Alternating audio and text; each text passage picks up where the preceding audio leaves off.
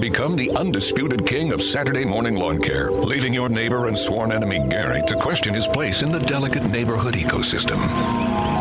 And it's all because you could save money switching at Progressive.com. Progressive Casualty Insurance Company and affiliates, not available in all states. I always wanted to learn Spanish, but I never thought I'd have the time. Then I discovered Babbel. Babbel's lessons are fun. They only take like 10 or 15 minutes, and in 3 weeks, presto, you're starting to speak another language, like magic. I love that Babbel's lessons aren't just robots talking. They're voiced by native speakers, so you get the pronunciation just right. If you want to learn a language, there's no faster, easier, better way than Babbel. Babbel. Babbel. Go to Babbel.com and start learning a new language today. That's BABBEL.com. Columbia College of Missouri Elgin campus is intent in their commitment to open doors and support those who strive for excellence. Too many people have been made to feel that higher education isn't a place for them, that it is someone else's dream. But Columbia College of Missouri has changed all that. With individualized attention and ongoing support, Columbia College knows a future built by you is a future built for you. Columbia College of Missouri Elgin campus, your new starts now. Visit ccis.edu. It's easier than you think for pests to threaten your family's health. Ticks, which spread dangerous diseases, hide in tall grasses and even on your pets. Rodents easily invade your home, contaminate food, and can carry more than 35 diseases. Mosquitoes, which breed in standing water, transmit many diseases. Get the facts you need to protect your family at pestworld.org. It's that easy. A public service message from the National Pest Management Association. Progressive presents the Sports Flash on News Talk Radio 1410 WRMN. Hendricks throws on 3-1. Line drive, deep left. Back hip. Adames has done it again. Brewers radio in Wednesday's 10-6 win over the Cubs. Christian Yelich, Blake Perkins, and Willie Adames hit homers. The Brewers handed Shota Imanaga his first MLB loss. He entered the game with a MLB-leading .84 ERA. Milwaukee scored 5 runs in the third as Imanaga gave up a season-high 8 hits over 4 1/3. It was his second shortest outing of the season. The series finale is today. Righty Jameson Taillon starts for the Cubs. He's 3-2. Right-hander Colin Ray gets the nod for the Brewers. He's 4-2. Milwaukee's lead atop the NL Central is now 4.5 games over both the Cubs and Cardinals. Bundle auto and home, renters or condo, and save with Progressive. I'm Chuck Sanders on News Talk Radio 1410 WRMN. Is switching your wireless service to Total by Verizon easy? Totalmente. Now you can get 50% off any unlimited data phone plan. That's one line for only $25 a month, and you keep the phone you love. Hurry, this is a limited time offer. So find a store or switch suavemente at totalbyverizon.com. Offer ends July 31st, 2024. Promo subject to cancellation after 12 months. Available exclusively online and in Total by Verizon stores. Requires a compatible unlocked device and SIM. See totalbyverizon.com for device compatibility and additional details. Taxes and fees may apply. With your choice of select sandwich, nugs, fries, and a drink, Wendy's $5 Biggie Bag is your go-to. Your nugget wingman. Your hot and crispy fry co-pilot. Just like us. We're like the bag boys. What? Bag boys, bag boys. What you gonna do? What you gonna do when we bring your food? For a deal you can count on, bet on Biggie and choose wisely. Choose Wendy's. Bag boys, bag boys. U.S. price and participation may vary. Includes choice of TV. As the Elgin Police Department continues to participate in the Distracted Driving campaign, they wanted to share some tips from the National Highway Traffic Safety Administration website regarding safe driving. If you are expecting a text or need to send one, pull over and park your car in a safe location. Once you are safely off the road and parked, it's safe to text. Designate your passenger as your designated texter. Allow them to access your phone to respond to calls or messages. Do not engage in social media scrolling or messaging while driving. Are you struggling not to text and drive? Activate your phone's Do Not Disturb feature or put your cell phone in the trunk, the glove box, or the back seat of your vehicle until you arrive at your destination. Remember, the Elgin Police are conducting directed patrols to enforce distracted driving violations. Just drive and stay safe. A message from our friends at the Elgin Police Department and your friends here at WRMN AM 1410 and 96.7 FM.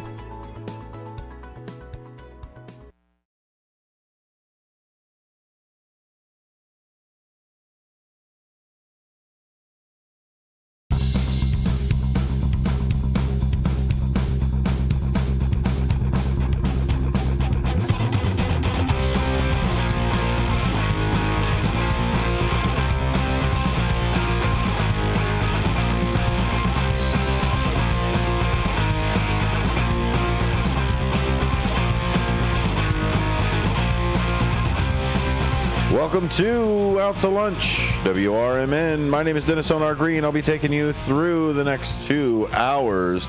And my goodness, is this a fantastic crowd that we are looking at just across the street. Shawarma Stop is doing its soft open right now here in downtown Elgin. I know, it's a soft open. Dennis, you're not supposed to just be announcing it to the world and all of that stuff, but I will tell you, this is amazing. Shh. Don't tell anybody. Shawarma Stop. But no, the grand opening is tomorrow, and of course that is, I believe they are 13. Watch, it's opening up right now. They're walking down, checking it out. Oh my goodness, I cannot wait. Shawarma Stop, just across the street from the station, is a place that is opening up right here in downtown Elgin. Downtown Elgin is growing. So Out to Lunch may be doing a couple of remotes next door, Ben. Do you think Douglas could handle me throwing a cable across the street? Yeah, I mean, we could probably stay on the Wi-Fi. You think it'd be okay? Got our hotspot. Anyway. Possibly, yeah. We could get an extender, you know. Maybe. I mean, we got the string lights nicely across the street already. That's true. If we just get a cable over there, well, friends with a squirrel. I knew to carry it across. It's just messages. My friend and executive producer is joining me today. That is Ben Demonium Boquest. You can find him on the internet at Ben Demonium Boquest. This weekend, Ben is taking charge of the engineering side of the world, and you will be at the community days over at Gilbert's. Good old Gilbert's. Yep. That's going to be fun. That's going to be a fun time. Yeah, it's that time of year. It's the community events, and we got great things like the soft open across the street. And what's your favorite thing to do? What favorite thing to do at the carnival type of stuff? Ooh. Like the fair carnival things? Is there like a food you're like what's on your checklist of like, I went to the carnival, what are we doing?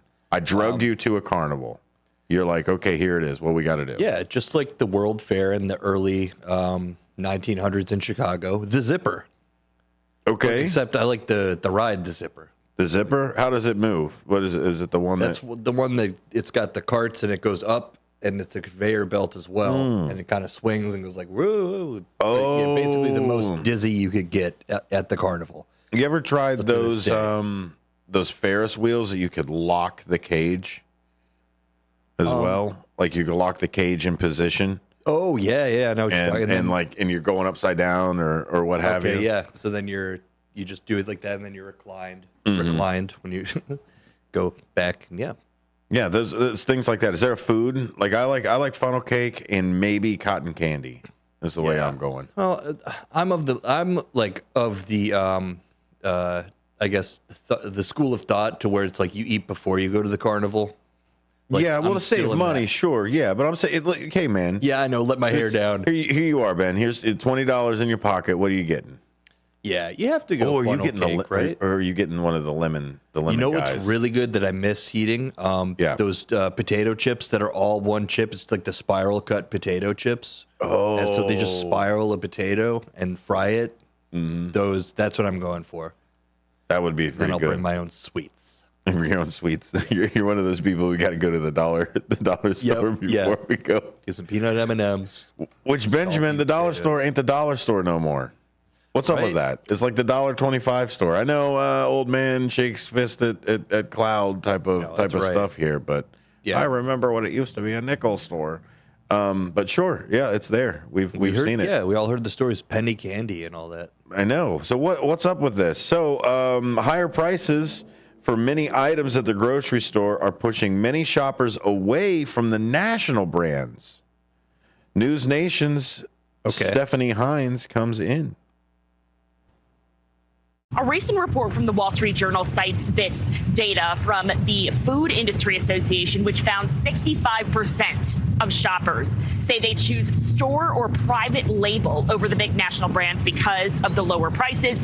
And then according to the research group Circana, dollar sales of private brands went up 6% in 2023. So there might be some relief on the horizon this summer, which is good news for consumers because major retailers trying to take advantage of inflation that is cooling, announcing some serious price cuts. So Walgreens and Target are each pledging to lower prices for thousands and thousands of items.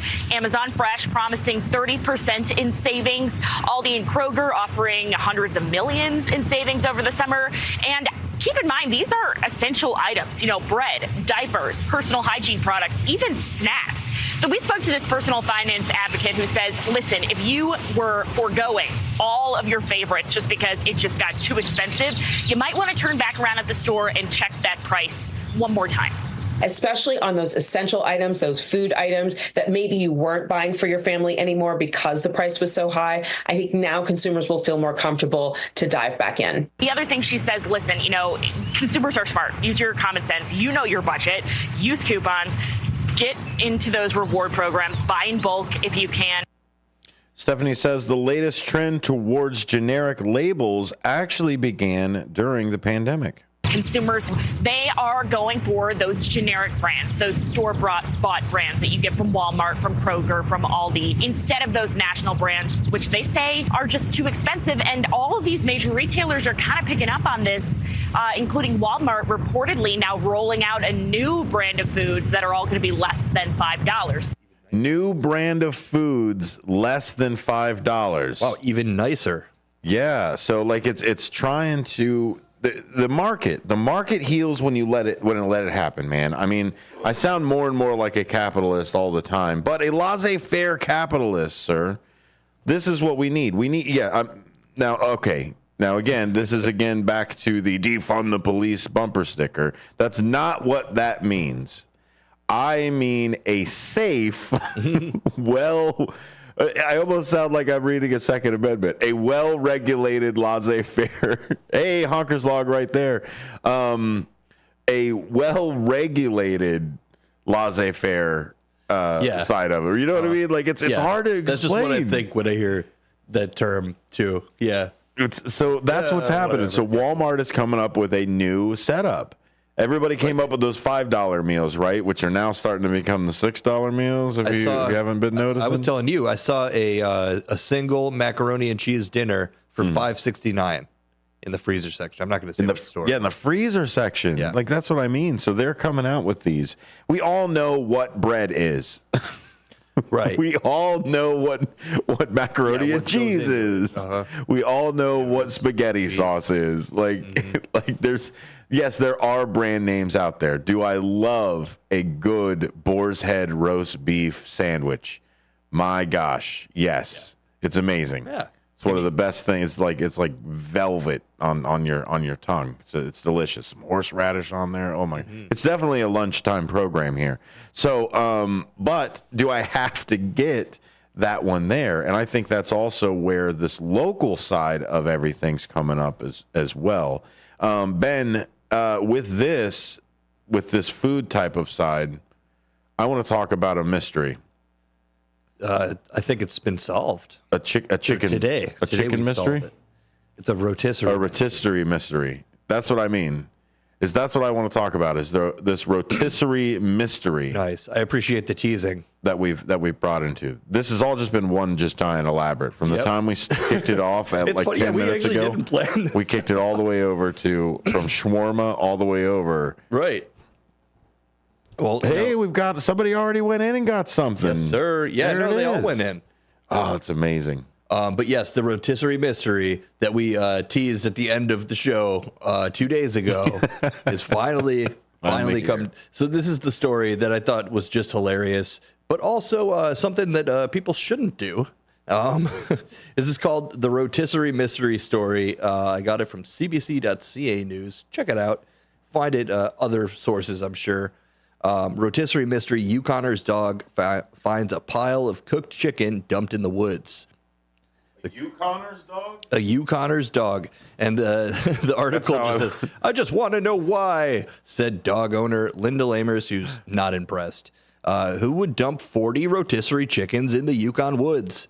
That's the question an Ibex Valley woman is asking after her dog, Ossie, sniffed out, or Ossie.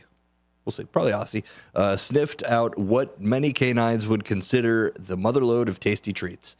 So, long story short, this is the story. You see these stories pop up every now and again, people abandoning weird stuff, or who knows, this could have been like, a prank, or, I dislike this person, so I'm going to throw a bunch of rotisserie chickens near their property. But that we know they have dogs and everything. Yeah. But more so, like that. Was it warm? More so that it'll attract bears. Oh. So it's the Yukon, remember? That's right. That's why when I read the story, I was like, oh, this is a cheeky, another crazy crap in the woods story that you find in here. But really, it could be a really menacing type of thing. Like last year, there was a story that just stole my heart about somebody dropped a bunch of noodles in the woods. It was like several 100 pounds of pasta cooked. Yes. It was just in some New Jersey. It was like in a ravine. So either they cooked it and left it out there, or just left it out there and it got soaked and cooked naturally. But but that happened. So I was gearing up for another one of those heartwarming stories. But it's actually like a problem. Like, so don't do that. Yeah, don't leave rotisserie. You think you're being funny, maybe, or just you have all this chicken on your hands and you got to get rid of it somewhere. Could it have been like somebody was shooting it out of like a potato gun or a rotisserie gun or something? They'd have to have good aim, because it was all like you're out there in the Yukon. Yeah, some weird stuff out there. As a person who dresses like I am from the Yukon, it's a rotisserie bazooka. Yeah. But somebody told me that the other day. I went to school and they were like, "Hey, you ever see Rudolph the Red-Nosed Reindeer? You look like that Yukon Cornelius fella." I was like, "Oh, thank you." You do give that silver and gold. You're a man who can take care of himself. That's what you tell the vibe you give. Like, this guy has an everyday carry tin with matches and like water sealed USB in my bag somewhere. Yeah, I'm sure it's good for it. But so the fines start at $500, but can quickly grow if, as is in this case, the chicken and fries. Oh, there's fries too. Breaking, stop the presses. Breaking news. They got starches. Animals aren't supposed to eat complex starches fried. So that's even worse, which makes this case even more glaring. The chicken and fries do attract wildlife, and animals become a nuisance. So yeah, starting at $500 fines, but a lot bigger fines if, under certain circumstances. So did they get extra fines for the fries? Right? Yeah. I think that made it a little. Do you get fines with that? You do get fines with that. Well, they got to find this rotisserie. It's still a mystery. They got to find the rotisserie chicken dumper. Was it? So here's the other question I've got, just like logistical questions of like, is it $500 per rotisserie, or is it $500 like per instance? I would think. Is it like this is how many people it would have fed? Well, speaking of serial criminals, no. Go ahead. This is a story from Fox5NY.com. Alleged NYC serial puncher says he's running for office. Wait, stop. Okay, stop. That is a brand new sentence. Oh, my God. Alleged NYC serial puncher says he's running for office. NYC. So this is New York City serial puncher. How do you get this name? He's not like a wrestler or something. You're saying this guy is alleged to have serially punched people, which is, I think, 3 or more. I think is if you do it that way. It's 3 or, if you go by killer aspect of serial. Yeah, I would start it too. 2 is way too many. One is like, hey, we just got into a fight. 2 random people you punch. Right. Yeah. Well, here's the story. Skiboki Stora was arraigned in court Tuesday for allegedly assaulting and harassing strangers in a series of 4 incidents throughout New York City, according to the DA. So 4 people. He just went on kind of like that's serial. That crazy. Counts. Yeah, in one day. And it's separate incidents too. Exactly. This is not like a mass puncher. So the alleged serial puncher turned political candidate said that officials were after him because he was running for office. Saying, quote, "They're trying to indict me. Man. This guy Alvin Bragg, he's corrupt." Quote, end quote. Stora told cameras outside the courtroom, quote, We're just trying to run for office. Quote, Skiboki Stora allegedly committed a series of hate-motivated incidents against several individuals based on their perceived gender, race, and religion, said District Attorney Bragg. Alvin Bragg again. Yep. Oh, right. Alvin Bragg cleaning up the streets. Yeah, so again, these are the crimes that Donald Trump said he didn't want cleaned up. He wanted the murderers and stuff. Oh, no, I think he did say he wanted the violent criminals. But this is alleged serial punching of 4 separate incidents and 4 separate people. Yes. Yeah, it just looked like kind of a rampage, like, you know, in Grand Theft Auto. Yeah, like Grand Theft Auto when you just play like it's a video game. That's how I feel most people drive, is that at least 50% of the people on the road today learned how to drive on a video game before they learned how to drive like an actual vehicle. Right. Like even before they were able to like ride a bike, like they were already like pushing buttons, going back and forth. In today's world, yeah. I mean, that's why you start with the easy games, like actually, remember in Driver's Ed, did you have a driving simulator? No. We had one of those, Palatine. It was cool. It was like, you know, a really boring video game, but like it was just like dry. I think it was just some random town, and it was, you know, just a big movie screen, and you had the fake wheel and pedals. Right, man. Yeah. You could try to, you know, fake parallel park. Cool. Yeah, no, it was. My dad took me out in a parking lot for a while and learned how to do that. And then, but you know, riding a bike everywhere as a kid, that helps you know at least how to steer something. Maybe that's why I like riding like 2-wheeled vehicles. Sure. Oh man, yeah. I've been looking for like the scooter or like something cool like to zip around on. Yeah, it would be nice if I didn't have to drive all the way from Evanston. Right, that would be a little bit better. That's what I'm thinking about for Evanston, because I got the big van and it's like pulling this thing out. You could put your go to the beach. You put a little thing in the back of that.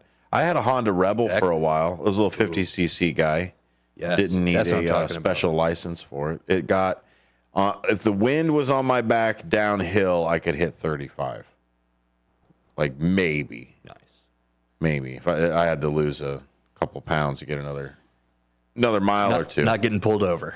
You're definitely not getting pulled over. Patrice Berthaud was going to be on today.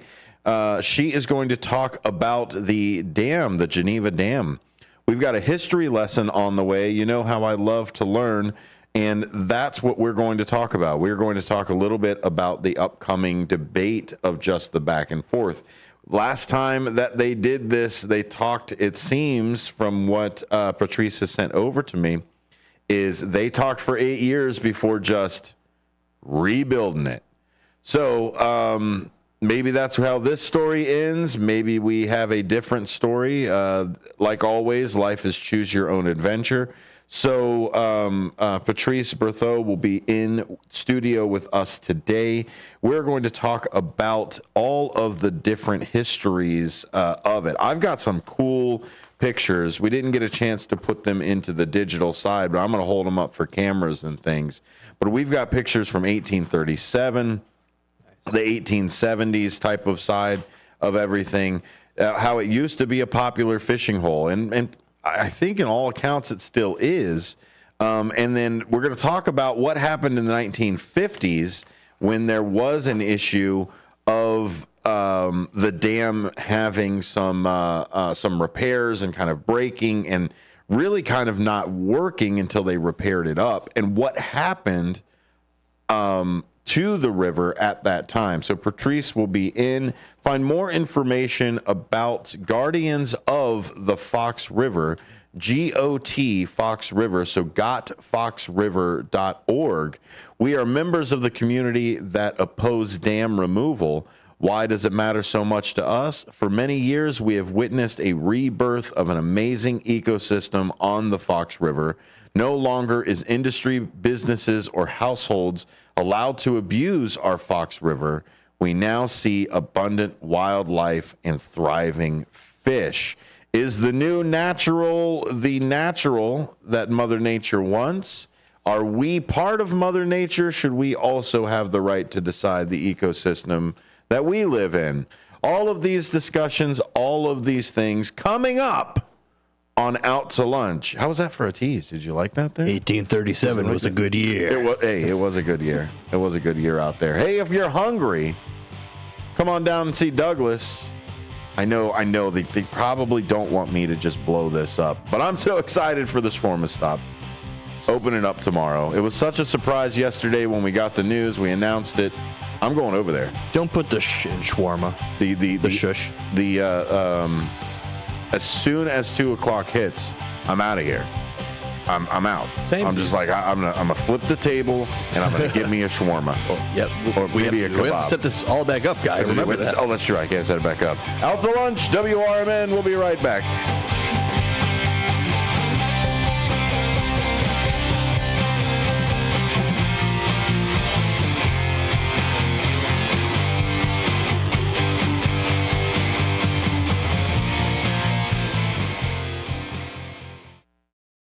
You never know what or who you'll hear from on the first shift with me, Marky B. Like Tim Skoning, a WRMN news reporter back in the 1960s. The jingles you all played, they were purchased by Dick Sutter. He was at some radio convention. He came back with this reel. I remember them playing that in the studio. We were so excited. We thought we were network now. And it's the same jingles today. That's great. Every time I hear them, I get excited about it. I'm sure. It's a lot of fun. Fun times on the first shift, right here on WRMN, AM 1410 and 96.7 FM. Twins Gyros, located at 4870 North Harlem Avenue in Harwood Heights, serves traditional gyros as well as its award-winning chicken gyros on a pita. Twin Gyros has a diverse menu that includes barbecue ribs, chicken dinners, Philly cheesesteak sandwiches, cheeseburgers, and Vienna beef hot dogs that have recently been inducted into the Vienna Beef Hot Dog Hall of Fame. Check out the full menu at twinsgyros.com. That's Twins Gyros at 4870 North Harlem Avenue in Harwood Heights, Illinois. Over the years, you've brought them into your home. You were prescribed opioids after the C-section, when Dad injured his back, when your basketball star tore his ACL. Opioids helped with the pain, and you held on to them just in case. But did you know holding on to unused opioids puts your family at risk? Opioids are powerful pain-reducing prescription medicines, but most people who are prescribed opioids don't finish their prescriptions. So millions of unused opioids are sitting in homes across the country. And tragically, more than 100 Americans die every day from overdoses involving opioids. What can you do to protect your family? Remove the risk of unused opioids from your home. Pills, patches, or syrups in drawers, purses, and cabinets, anywhere they might be hiding. To find out how to dispose of them properly, visit www.fda.gov/drug disposal. For an absolutely amazing meal and attentive, smiling staff, try Red Ox Restaurant and Bar in Hampshire. They have a delicious Friday night fish fry. There's so many great dishes on the menu that'll keep you returning. Try their savory French onion soup. Then for your main course, choose from a wide variety of steaks and chops, fried chicken, shrimp, or juicy prime rib, done just the way you like it. Red Ox also has daily specials and a full bar for you and your friends. Visit redoxhampshire.com today. When you need your banker, they should be ready to put you first. At Wintrust, you can have the banking experience you need and the one you deserve. Ready for a change? We've made it even easier. Our new sophisticated online platform makes opening accounts a breeze, but our bankers are always here for you. Open a new Total Access checking account in minutes at wintrust.com/fast. Plus, get $300. $100 required to open. Requirements to qualify. Must use link to apply. Member FDIC. Let me tell you a story about Bill. Bill was a normal guy in his 50s. He had back surgery about 2 years ago. Bill was in a lot of pain. He dealt with his pain by taking the Percocets his doctor prescribed for him. Bill took more and more and more of them to help with the pain, until one day the prescriptions weren't enough to get rid of Bill's pain. Then one day Bill found someone to help him get rid of the pain with illegal drugs he didn't need a prescription for. Fast forward to today. Bill lost his job and his family. The only thing he does have is his drug dealer. If you know Bill's story and you don't want to end up like Bill, Call the Detox and Treatment Helpline right now to get away and get treatment. 800-694-1127. 800-694-1127. 800-694-1127. Call right now. Help is standing by. 800-694-1127.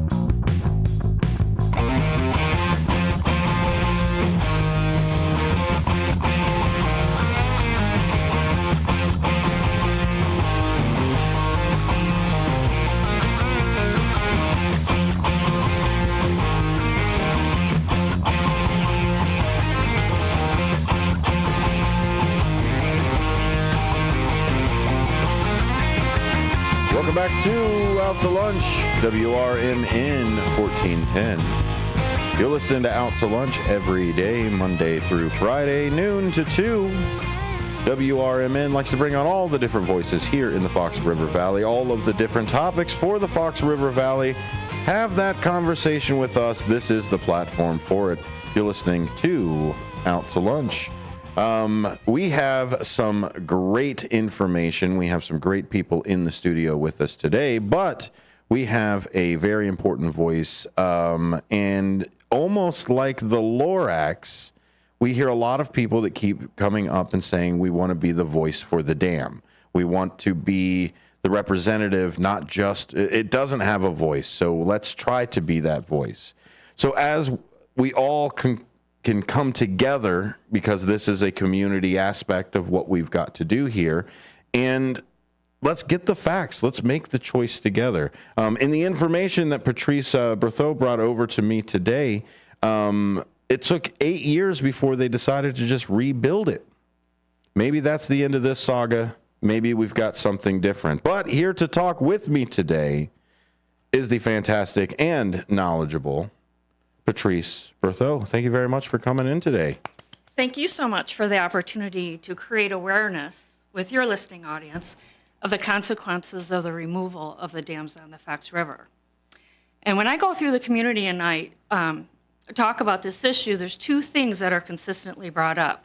One is this lack of awareness that the removal of the dams is even being proposed. And two is, the next one is like, well, why do they even want to do that? So an essential point to begin with is that this is not a proposal generated by us, the residents of the Fox River Valley. This was generated by a special interest group, an environmentalist group, that lobbied Congress, and they have a national campaign to remove all dams in an attempt to return the rivers to a pre-peopled state.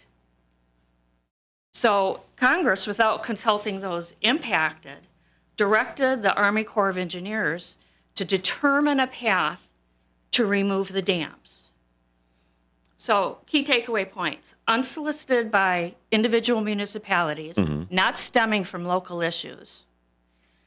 Army Corps given a very limited scope with an inherent bias towards removal. So that's that goal that they want to achieve of returning the river to a pre-peopled state already cannot be achieved. Absolutely. It cannot be achieved because Algonquin is keeping their dams, their gates, their sluices, their locks. Well, let's just break it down logically, that statement of it. Now, it's the same thing that we just talked about before as well, about the bumper sticker issues of, let's just put, it's a lot easier to say pre-peopled state than it is to work and live symbiotically with saying the river. a state that would be best for the people. kind of thing. Well, the issue is we're still here. Pre-peopled state, you can't go back to a pre-peopled state. No, you Otherwise, where are we going to go? Yeah, we would have to move. We would have to get out of here. Pre-peopled means that there are no footprints anymore on the beaches. There are no people out there enjoying it. Pre-peopled state means that we don't even touch it anymore, and we all pick up our homes and go home, or go to a completely different place, and maybe we can go to a peopled river. So go continue. I didn't mean to interrupt your flow. Something I found out from the meeting last night was that if Algonquin were to remove the dams, the chain of lakes would essentially drain because they're man-made lakes.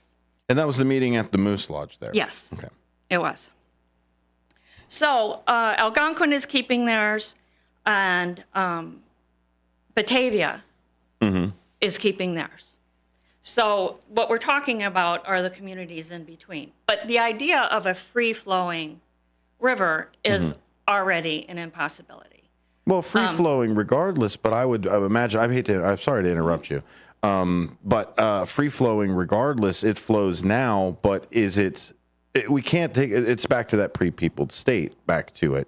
And to just slow down just a little bit for it, let's take it back to the history and let's lay down a foundation with what you're saying about regards to everybody else keeping their side of it. So the dam had collapsed before. The Geneva Dam had. The Geneva Dam. And what had happened when that dam was no longer there?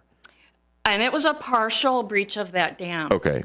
And what had happened, and very interesting to find the pictures of this.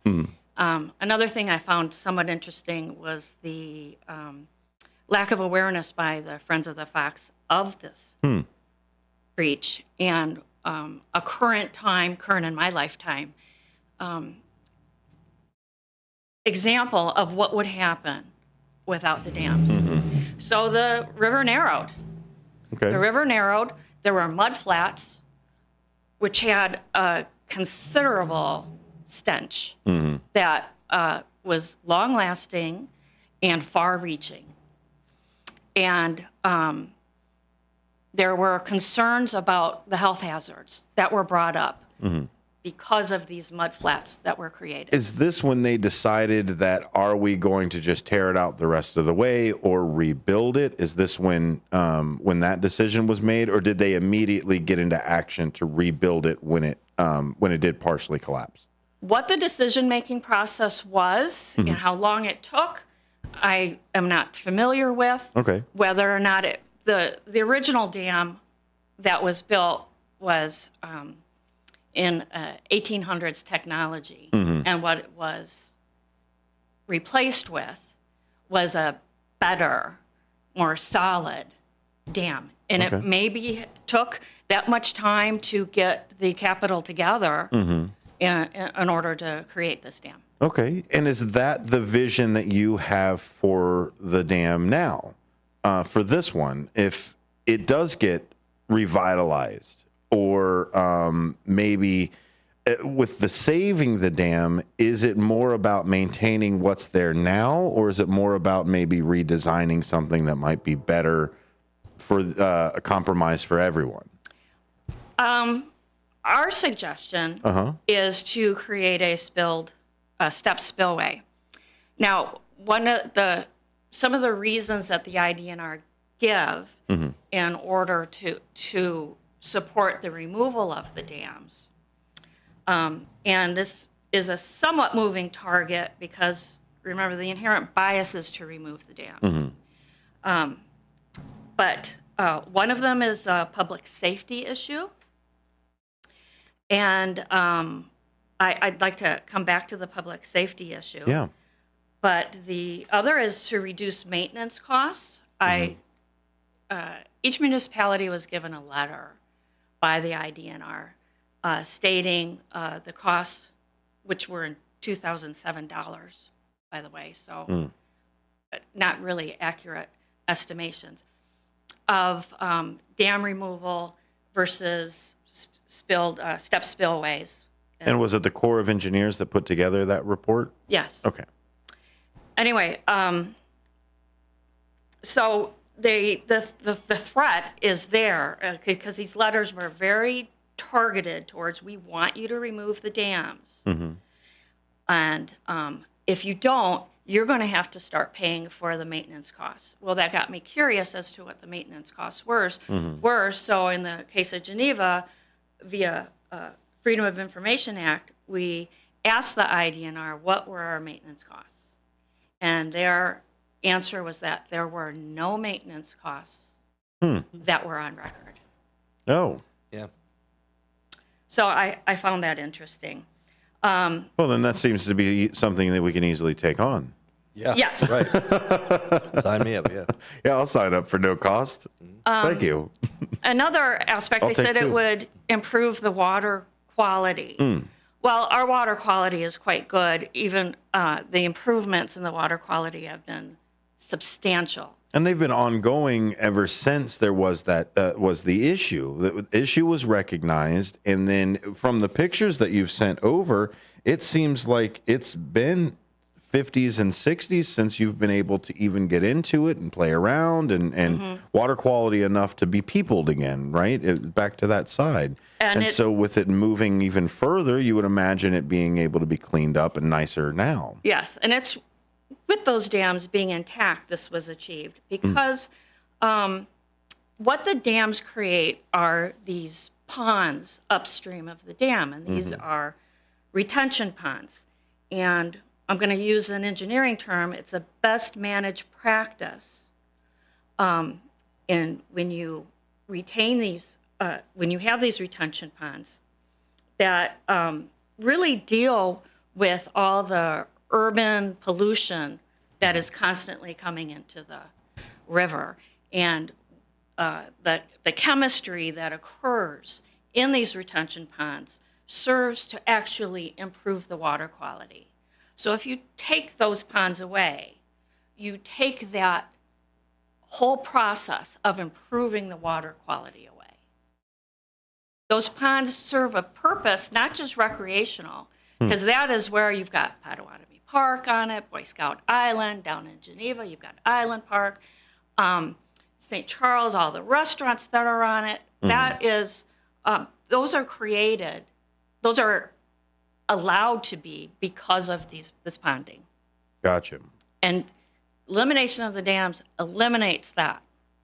So is that a question here? Is that a reason why those communities aren't removing their dams, though? Well, is that maybe an argument that they have? Elgin, South Elgin, St. Charles, Geneva are all still in the process of determining whether or not to keep their dams. Okay. There was you bring up a good point. There was an artificially restrictive timeline that we were given. I question that because in order to do proper due diligence, it takes years of study. It does. We were not given the luxury of that.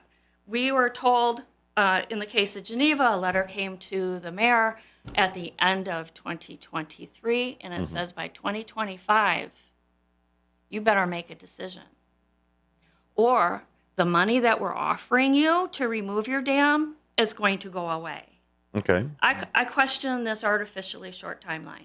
Well, but to be fair, if I give you let's say I give you a one-time offer right now.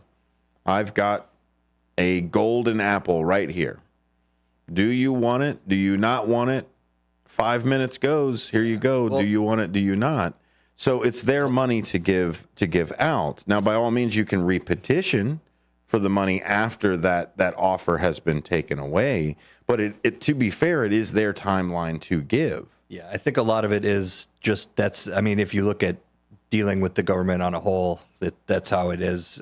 They choose the timeline, and there's usually some type of apparatus or mechanism for you to appeal that and extend that, which is, again, it's just. But I'm not saying that it's not absurd. It's not an absurd by all timeline. Means, it's absurd, but I would have pushed more for a 5-year at least to get at least a study. I mean, there's always a process. How long does it take to even get a study started? That's the other side of things, is once you get that funding for the study, then you've got to do the study and then have the discussions on the study afterwards. So I do agree that 2 years is absolutely short. It absolutely is. But if the city decides that they want to, you know what, we're going to deliberate a little bit more, we're going to study a little bit more, and that money does go away, then the decision is already made for you that you're not removing it because now you don't have the funding. So if anything, it might have almost helped your cause in this. Good way to think if of it. you delay it for the 2 years, when the money disappears, then now the city isn't going to turn around and do it. The city's already having an issue with the discussion now with the money coming in. Imagine the discussion again with the money not on the table. That is a much stronger argument of, well, we'll just keep them then, especially with a zero cost thing. Because before we go to break or before we just take a few minutes, my question that I really want to get to is, what is the problem we're trying to solve?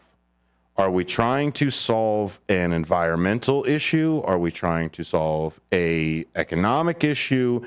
Is there no problem at all, and now we are trying to solve the people need to keep their business and leave things well enough alone?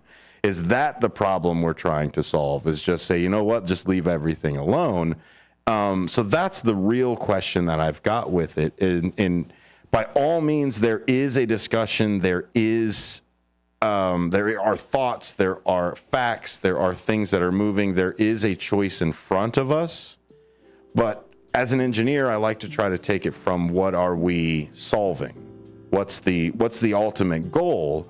And is the goal to just leave it where it is and say, okay, the special interest group came in and we're saying, look, leave it alone. Stop. There is no problem here. Go away. Or is it, no, there is a problem. We should probably look at it and decide something. But we've got to decide it as a community. So that's where this discussion is going. Coming back on Out to Lunch right after these messages, we've got Patrice, and she is going to talk a little bit more about the dam that is gotfoxriver.org, I believe, right? I will see you all on the other side.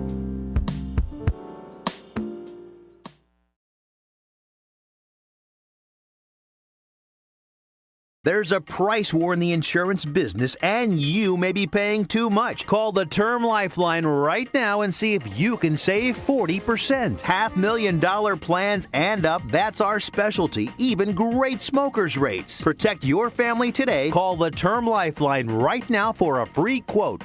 866-509-TERM. 866-509-TERM. 866-509-TERM.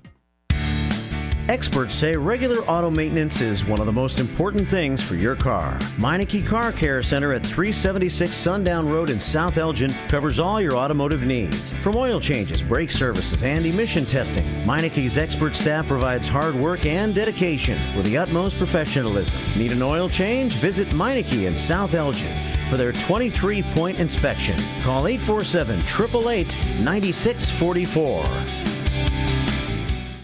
WRMN has been serving Elgin and the Fox Valley for 75 years, featuring a combination of local news, information, and entertainment in the mornings, followed by the radio shopping show for 5 hours each weekday. The first shift with Marky B starts your morning at 6 a.m., and it's always fun when Larry Jones is a part of the show. Maybe we need to get a radio intern in to help. Maybe so. Somebody that you won't have to pay and you can treat them tough. I can haze them. Can't haze, you'll get fired. Remember that guy from Northwestern? Yeah. Gone. Did he really do it? You don't have to really do it. If somebody says you did, yeah, good enough. Maybe I'm going to accuse you of hazing me. I don't have to prove it. And then there'll be a lot of people that come out of the and say that I also hazed I remember when Mark hazed me. I've been hazed. Mark hazed me back in 2012. 2012. I remember in Memphis one time. He was really mean to me. It's first shift fun and information in the morning, combined with the radio shopping show to save you money. And you get it right here on WRMN AM 1410, WRMN 1410 Radio on Facebook, and WRMN1410.com.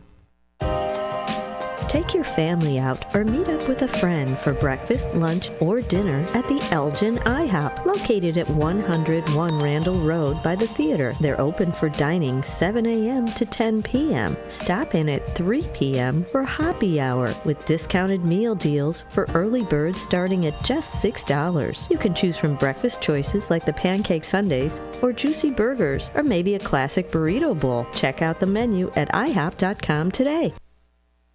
This is Marky B inviting you to feel the power of the first shift. To God be the glory, my brother. Thank you so much. You are such an inspiration to many of folk that's here in Elgin. I'm in West Dundee. I'm a Dundeeite now, not an Elginite anymore, but I love you. I can even give a number of prayers that we as a people continue to grow and to be there for one another. Please, people, let's get on board. Check on your neighbors, check on your friends, and just give an inspiration that life is worth living. It's the first shift weekday mornings from 6 until 10 right here on WRMN. Everyone has a community to lean on. A neighborhood, school, kids' teams, where you worship, work out, or any other place or group where you choose to belong. Communities can provide support when you need it, and even when you don't know you do. Like when it comes to preventing underage drinking and other substance use. You've talked with your kids and shared clear expectations, but you're not with them every minute. Your community members, friends and relatives, teachers and coaches, faith leaders, and other important adults in your kids' lives can be your eyes, ears, and a supportive influence when you're not around, reinforcing your messages with your kids and alerting you to warning signs of underage drinking or other substance use. So talk with your kids about these issues and involve the members of your community to help keep your kids safe, because when you talk, they hear you.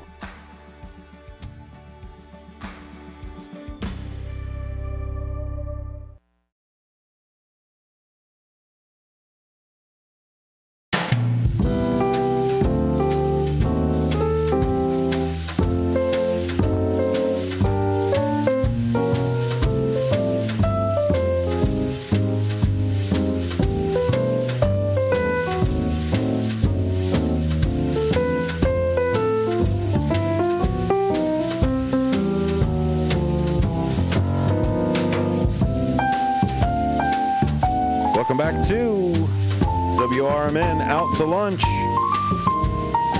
This is the discussion. I bring very intelligent people on to talk about very intelligent things. There's lots of things that we can have conversations about, lots of things in this community. One of the biggest things that we're having trouble with is the dam. I don't mean it as a swear. No. The dam. It controls the flow of the river, and it controls a lot of safety issues and different things along the river as well. I mean, if you throw something in the middle of the road and you bump into it, it depends on how fast you're going, but yeah, it may be dangerous. But this thing's been here for a while. We know the danger. We know what's going on. So I brought a fantastic guest in here. That is Patrice Berthaud. Thank you very much, madam, for being in here with me today. We are going to talk a little bit more about let's talk a little bit about the mechanics of it. I know there's a lot of people that want to talk about the ecological side of it, that want to talk about that. We don't, let's leave it for people that is their subject. That is the subject matter expert. Especially I can't step into their place. I can pretend I only play a smart guy on the radio, I swear. But we're going to talk about what happens kind of mechanically if we all of a sudden pull this rock out of the middle of the river. Obviously it changes the flow, but what happens to the rest of the river?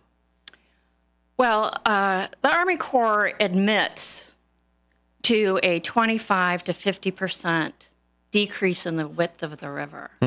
So just take that in for a bit.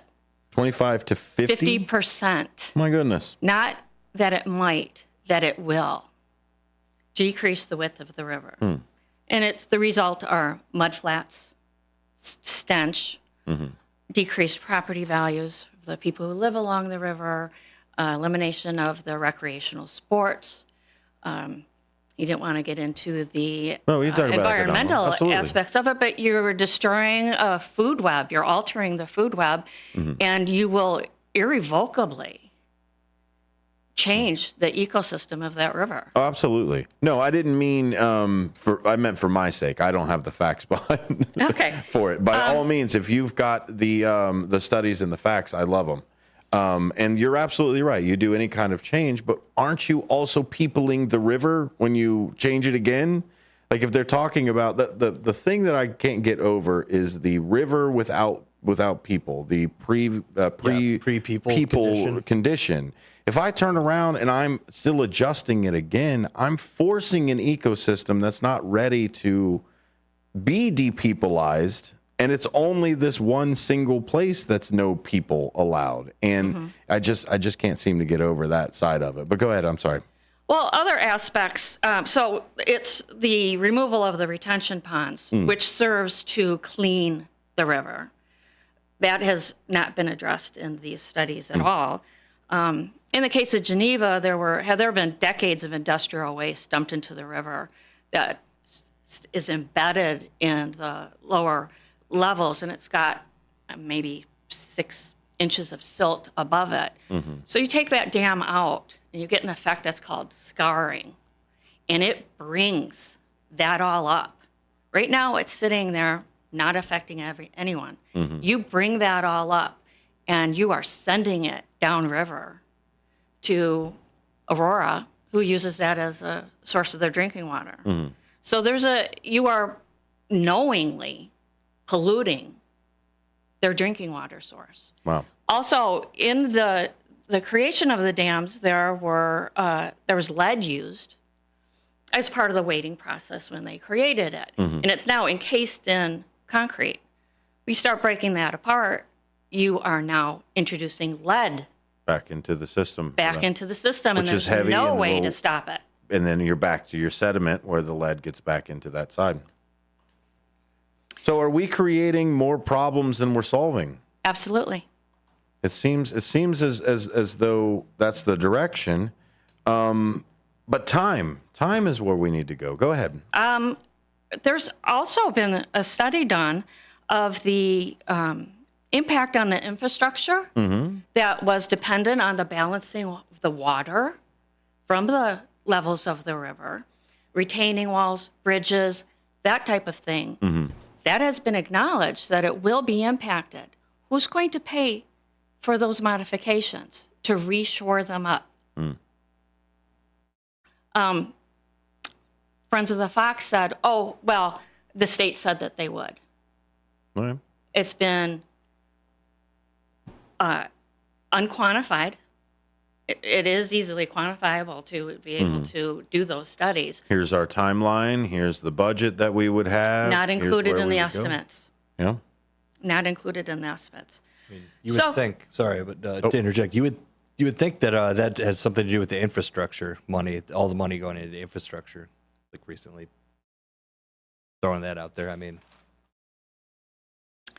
it's like a thing. So the largest issue is public safety, and that is created by the boil at the base of the dam. So there have been instances where people have ignored the posted signs and entered into the boil. And yes, it creates effectively an undertow, and you can't get out of it. So there is a solution for that, and that is the step spillway. It eliminates the boil. It eliminates that entire safety concern. It beautifies. It maintains the dam. It's built in addition to the dam to create a step of rapids. Gotcha. It serves to aerate the river, increasing eliminating really the dissolved oxygen issue that may be present at certain times. It has none of the costs to the environment, to the infrastructure, to the municipalities of the dam removal. There's no impact, no adverse impact to the dam removal, and it reduces the public safety issue. In fact, my husband and I are so passionate about this, about the extraordinarily negative consequences of dam removal, that we have offered to personally fund the estimated cost, the non-IDNR funded costs to put this into Geneva. It will beautify our already really incredibly beautiful city. It will resolve, if it saves one life, then it's worth it. It's worth it. And that's what the argument is for the removal as well. So right now, to recap, the options are for if the Army Corps of Engineers were to remove the dam, it would become 25 to 50% smaller in width. Correct. And that, or if nothing is done, it stays as it is, and there's the hydro current problem, the boil deal that we're problem that we're dealing with, or the slide step. Stair step. Stair step, which serves more as a natural dam, kind of. You see those in forest preserves a lot, the cascading dam steps. So those are the three ways that it could go, basically. Yes. Also, unaddressed in with the studies of the dam removal, you have a narrow river. You have the water flow coming through. A faster current. It creates its higher velocity. It's not a predictable velocity. Let's say Johnny goes out fly fishing because now the river is so shallow. Fly fishing is about the only recreational thing you can do on that river now. And yesterday it seemed calm. It seemed all right. He could go in there. Algonquin opens up the gates because it's been raining like crazy, and all of a sudden billions of gallons are pouring through. That in itself, you're creating another hazard. That's true. Why are we tripping over problems to make more that are coming through? I love the discussion. Thank you very much for being here with me. We are going to take a quick break again. We went through the top of the hour news, but that's okay. We had a great discussion moving through. When we get back from the news, what we're going to do is we're going to open up the phone lines, if that's okay for you. We're going to open up the phone lines for about 20, 30 minutes. We'll take it all the way down to the bottom of the hour and see what kind of discussion that we can have. Thank you very much, Patrice, for being here with me and discussing. Thank you very much for having me. Lots of information right here on WRMN. We'll be right back after the news.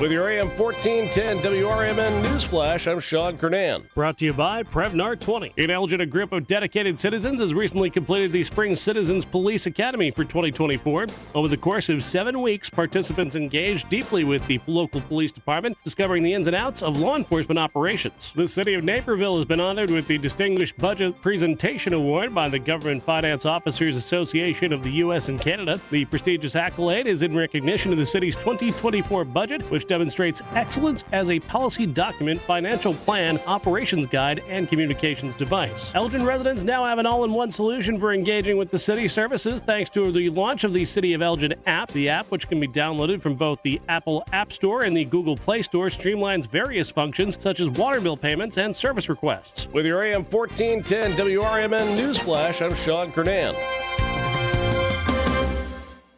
Drivers who switch and save with Progressive could save hundreds, which could be life-changing. I mean, you could put that money towards that zero-turn lawnmower you've always wanted. And after using its edge-shaping technology to meticulously sculpt the face of the Mona Lisa into your grass, you'll become the undisputed king of Saturday morning lawn care, leaving your neighbor and sworn enemy Gary to question his place in the delicate neighborhood ecosystem. And it's all because you could save money switching at Progressive.com. Progressive Casualty Insurance Company and affiliates, not available in all states. I always wanted to learn Spanish, but I never thought I'd have the time. Then I discovered Babbel. Babbel's lessons are fun. They only take like 10 or 15 minutes, and in 3 weeks, presto, you're starting to speak another language, like magic. I love that Babbel's lessons aren't just robots talking. They're voiced by native speakers, so you get the pronunciation just right. If you want to learn a language, there's no faster, easier, better way than Babbel. Babbel. Babbel. Go to Babbel.com and start learning a new language today. That's BABBEL.com. Thirst-quenching craft beers await you on tap at the Spotted Fox Ale House in St. Charles with food and drink specials daily. Stop in on Tuesdays for half-off Black Angus burgers and $4 nitro drafts. Fridays feature the Spotted Fox Atlantic Cod Fish Fry. It's hand-dipped in Blue Moon batter, giving it a light, crispy coating, and served on a bed of fries. Grab your boots for country line dancing Saturdays. Watch all the games at the Spotted Fox. Spotted Fox is now hiring, so stop by and apply. Check out SpottedFoxAlehouse.com. One of the things we're proud of at WRMN is our connection to the local community. In fact, recently we hosted a fundraiser for a longtime listener, Gene Wheeler, and first shift listener George Rollinson says it turned out perfectly. Perfection is a moving target. You try to hit that bullseye and you zone in on it. It moves a little to the left, then it moves a little to the right. I don't know. I'd say we hit a bullseye. I don't know how that could have been any better. Working together to make Elgin better, we are WRMN AM 1410, serving the local community since 1949. Progressive presents the Sports Flash on News Talk Radio 1410 WRMN. Hendricks throws on 3-1. Line drive, deep left. Back hip. Adames has done it again. Brewers radio in Wednesday's 10-6 win over the Cubs. Christian Yelich, Blake Perkins, and Willie Adames hit homers. The Brewers handed Shota Imanaga his first MLB loss. He entered the game with a MLB-leading .84 ERA. Milwaukee scored 5 runs in the third as Imanaga gave up a season-high 8 hits over 4 1/3. It was his second shortest outing of the season. The series finale is today. Righty Jameson Taillon starts for the Cubs. He's 3-2. Right-hander Colin Ray gets the nod for the Brewers. He's 4-2. Milwaukee's lead atop the NL Central is now 4.5 games over both the Cubs and Cardinals. Bundle auto and home, renters or condo, and save with Progressive. I'm Chuck Sanders on News Talk Radio 1410 WRMN. Is switching your wireless service to Total by Verizon easy? Totalmente. Now you can get 50% off any unlimited data phone plan. That's one line for only $25 a month, and you keep the phone you love. Hurry, this is a limited time offer. So find a store or switch suavemente at totalbyverizon.com. Offer ends July 31st, 2024. Promo subject to cancellation after 12 months. Available exclusively online and in Total by Verizon stores. Requires a compatible unlocked device and SIM. See totalbyverizon.com for device compatibility and additional details. Taxes and fees may apply. With your choice of select sandwich, nugs, fries, and a drink, Wendy's $5 Biggie Bag is your go-to. Your nugget wingman. Your hot and crispy fry co-pilot. Just like us. We're like the bag boys. What? Bag boys, bag boys. What you gonna do? What you gonna do when we bring your food? For a deal you can count on, bet on Biggie and choose wisely. Choose Wendy's. Bag boys, bag boys. U.S. price and participation may vary. Includes choice of JBC or crispy chicken sandwich with 4-piece nugs, junior fry, and small soft drink. Third-party delivery pricing may be higher.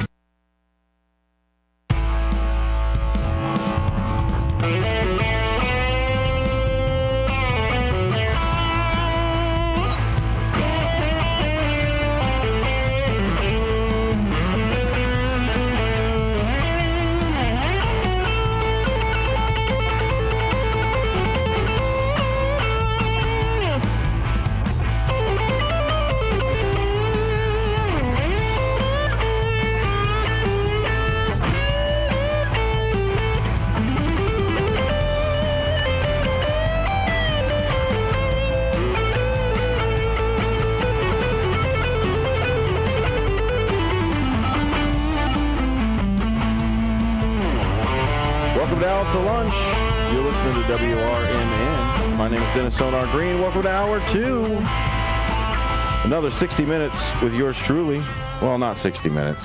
I was just talking to my new engineer friend.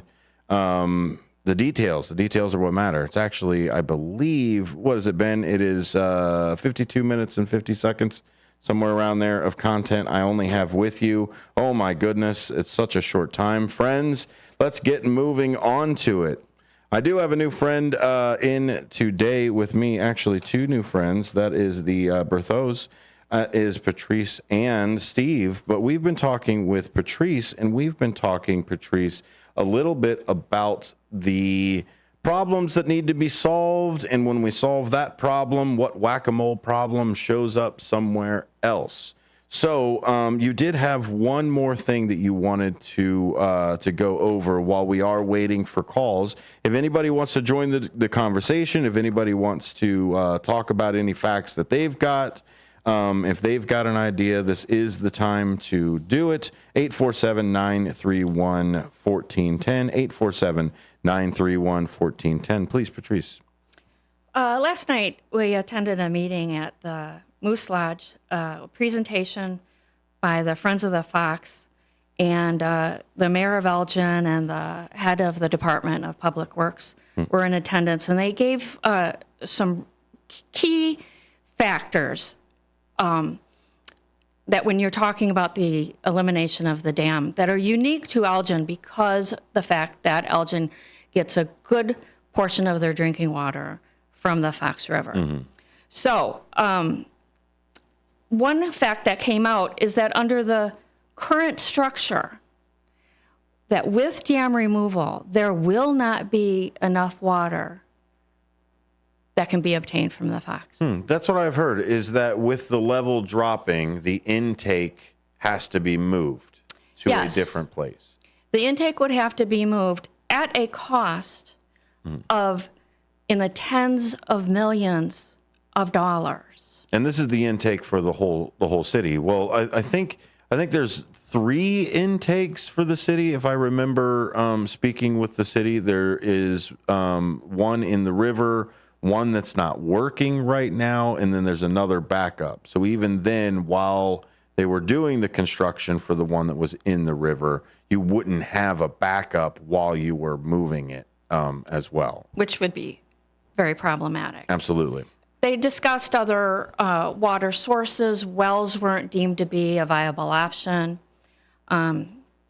They looked into getting the water from Lake Michigan, which would be a huge infrastructure project that would cost in the billions. Yeah, where are you getting that from? Exactly. Where are you getting that from? Are you just going to build a pipeline from get out of town? Just for Elgin or just for no? Currently, okay, sorry. Pipeline. There is currently pipeline that provides Lake Michigan water to the surrounding municipalities, but there's also significant rules associated with that, and that is the amount of.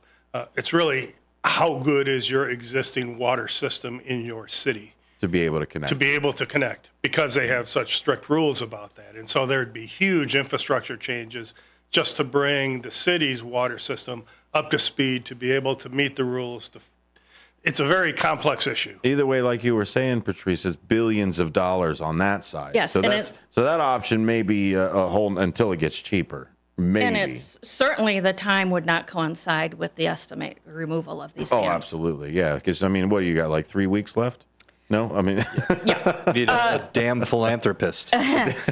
The additional point that was brought up that I thought was very interesting that the mayor brought up is that the storm drains are set at the edges of the river, the current width of the river. Okay. Those also would have to be moved. Otherwise, those storm drains are just flowing into the mudflats. Mm-hmm.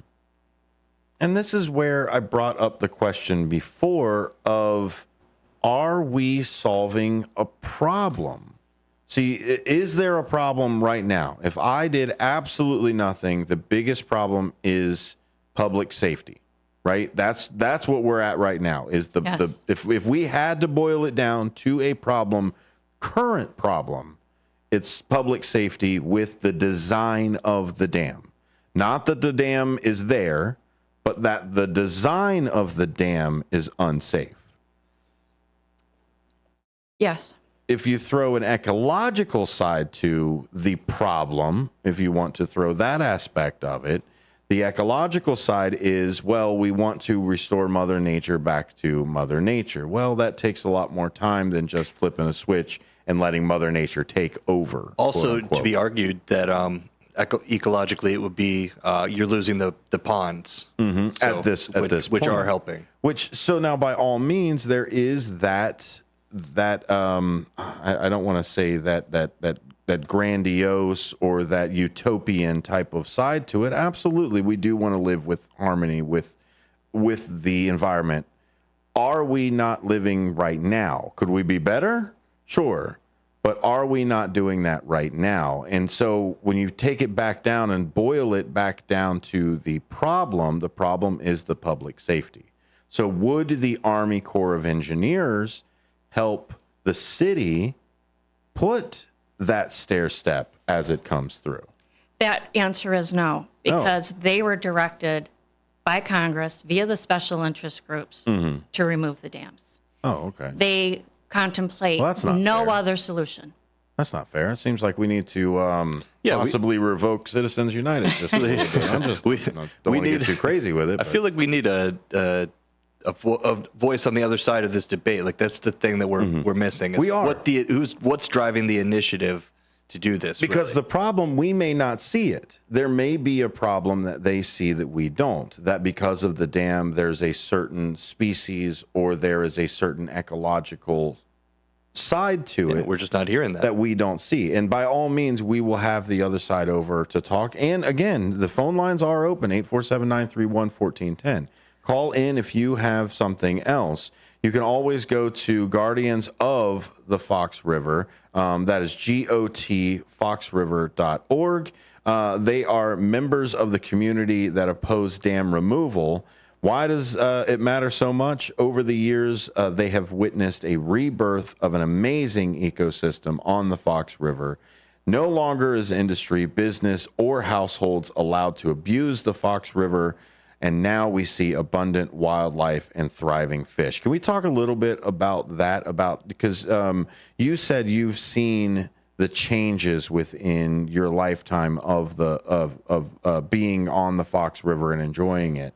How has the wildlife kind of taken to not having all of the industrial waste after the cleanup that you were talking about? It is the wildlife on the Fox River is extraordinarily diverse. The eagles I see daily, the egrets, the cranes. There's abundant fish and a diverse fish species.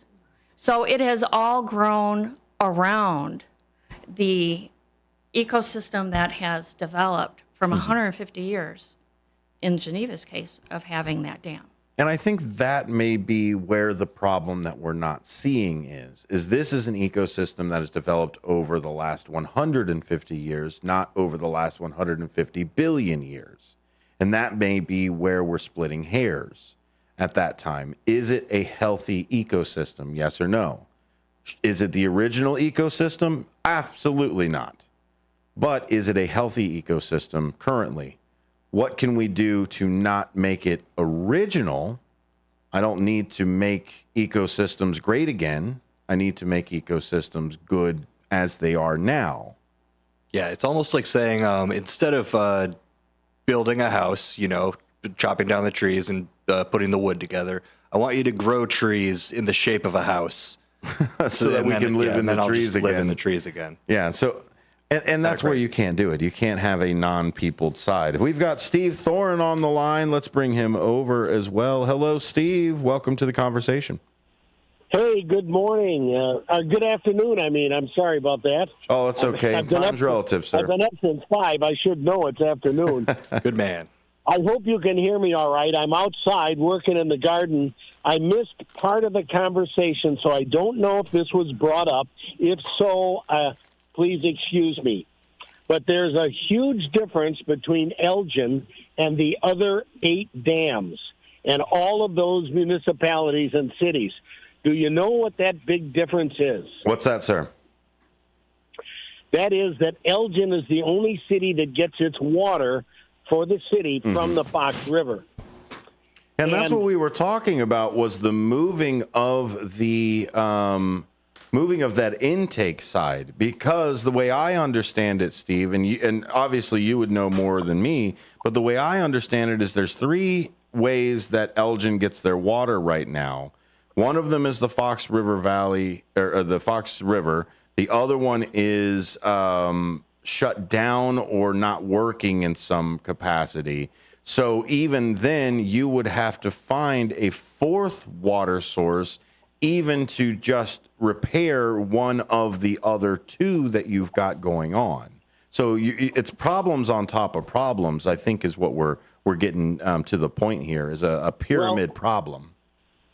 Elgin has wells, and the wells are all, there's an aquifer, but there's only so much water left in it.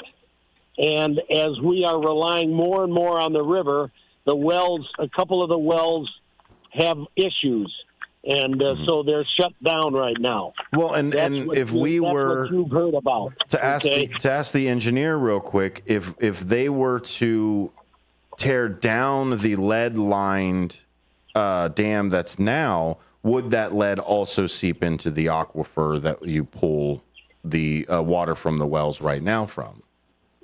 Oh, I'm sorry. Yeah, I'm going to take a couple things that Steve had said. Steve, the caller.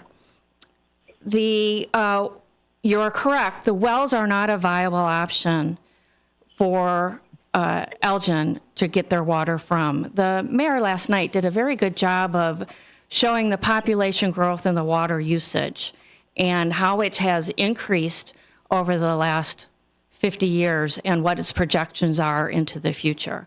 And the main takeaway point is that if you remove that dam, that under the current structure, there will not be enough water for the community. They will have to make major infrastructure changes in order to secure a stable water source. There's not a cost-benefit analysis, no matter how manipulated, no matter how weighted to one side, that can support this option. More water coming in, having to bring more water. To bring the dam, to take the dam out. Mm-hmm. What is your benefit? To your point of you've been asking all along, what are we gaining versus what is it costing us? Yep. And Steve, I would say the city of Aurora also gets their drinking water. I think it's 60% of their drinking water from the Fox River. Mm. So we definitely do not want to be bad neighbors. Yeah. Thanks for calling in, Steve. You got anything else? No, it's just that intake valve, and even if all the wells were operational in Elgin, it would not be able to support the amount of water needed for the city of what the city has become population-wise. And that's why we rely on that river and its water and the intake valve. While the intake valve that's currently operational always needs servicing, and some of the advocates are always saying, well, you got to work on it anyway, that's far cry from a total relocation and replacement to the tune of $20 to $25 million to the Elgin taxpayers. What I've also heard in the discussion too, and you can shed some light on this as well, is that down the line that will have to be moved eventually. That intake will have to be moved down the line, regardless of if the well or if the dam stays or not. Is there any truth to that part of it? I have heard that it would have to be removed, moved. I've heard that it someday will have to be replaced. Okay, but if the dam is not removed, it's in a current location, with my understanding, that is plenty deep enough. Okay. Wonderful. It will not be deep enough if the dam comes out, which is why it has to be completely relocated. Got it. Okay. Well, thank you, Steve. Appreciate you joining the conversation. Thank you. Talk to you soon. Okay. Bye now. We just got a few more minutes left. Is there anything else that you would like to make a point on, or anything else that you'd like to wrap up with? One thing that I find interesting is that the decision makers are the individual municipality mayors and city councils. They're treating the river as discrete units, as though impact of removing one dam has no impact on surrounding municipalities. That could work operating in a vacuum. Yes. I see you there, John. Just hold on. So I think it's a flawed process that the cities all need to come together because it is one river.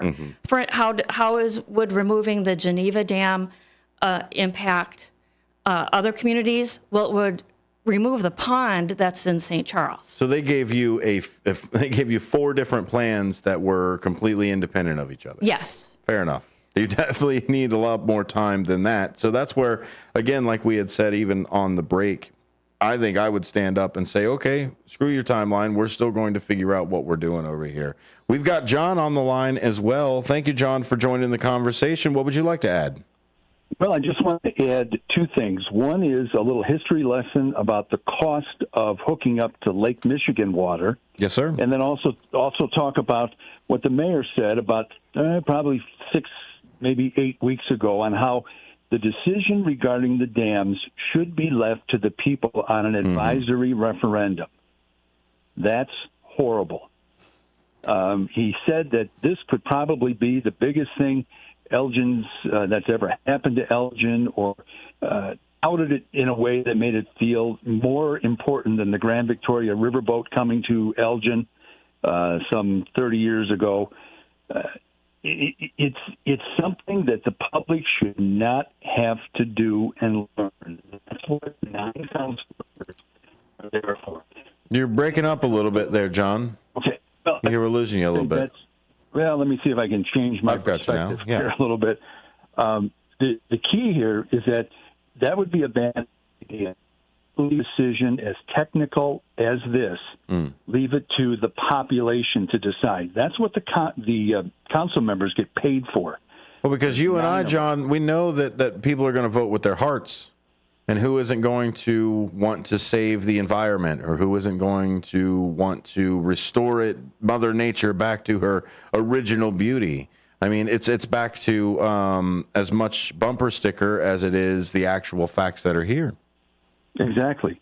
And we have a hard enough time getting people to vote in elections for 4-year terms, let alone some of them probably would never check the box and say yes or no. But again, that's a city council decision. Let them be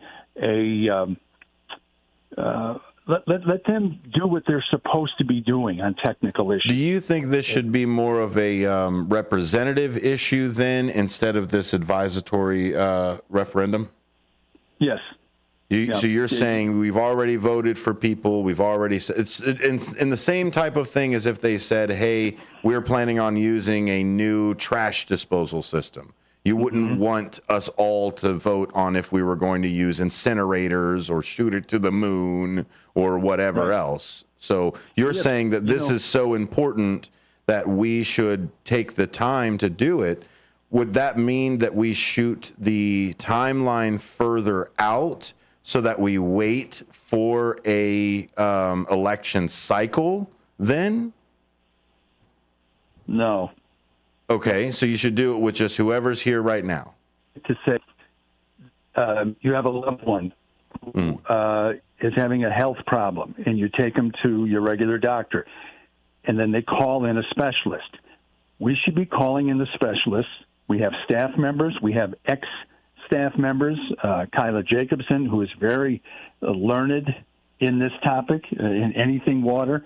And then leave it to the council to make decisions like that, because you don't want them to use this issue as cover fire when the public gets angry, if they do. You don't want to put local politicians in the position of saying, well, I was going to vote for it, but look, the advisory referendum said that we shouldn't. So Yeah. I'm out of trouble, So that's what I mean. So wouldn't it be better, because we are talking about getting some more time, more studies, more information. The more information that we need, the more we can boil it down for this. So when you're a learned man, sir, when is the next local election cycle? Petitions have to be turned in to run for next April in 6 months. Usually the petition's going to be turned in by November of this year, which is about 5 months. And then the election takes place in April for about half of the council. So we may end up with an election cycle anyway before any major decision is coming through, unless they push this advisory referendum, you're saying. Exactly. And let me just talk about, I don't want to take up too much. I'm sorry, I'm a politics engineer, so I like to get into the weeds a little bit on it. So go ahead, sir. Well, let me tell you about the Bartlett connection that the city of Elgin had with water. About 7 or 8 years ago, our city manager had negotiated unofficially with Bartlett to consider buying our water from Elgin. They were a major league customer. We get a new city manager. He comes in, takes over, and then all of a sudden the trustees in Bartlett run and say, forget it. We're going to hook up to Lake Michigan water. That cost a lot of money to the taxpayers and the residents that live in Bartlett. So we had a deal set up, and the city manager that came in, Rick Kozel, who was there, he blew the deal. I've talked to elected officials in Bartlett. So that made Bartlett take off. They wanted extra things. He said, the city manager said no, so they said, fine, the heck with you. We're going to go to Lake Michigan. So we lost, the citizens of Elgin lost a big contract. So dealing with water is not it's not playing tiddlywinks. It's important stuff, not only for the health and welfare of people, but it's also a financial thing. Well, it's the same thing Patrice said, is they are acting as if Elgin and everyone else is operating within a vacuum. They are saying this circle, they're taking a big old cookie cutter, drawing a circle on the map and just saying, here you go, this area right here is going to be just this.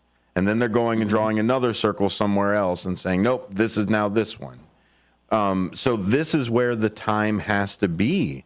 I also agree with you on pushing the timeline for the referendum and everything like that. I think that is a absolute rushed type of job.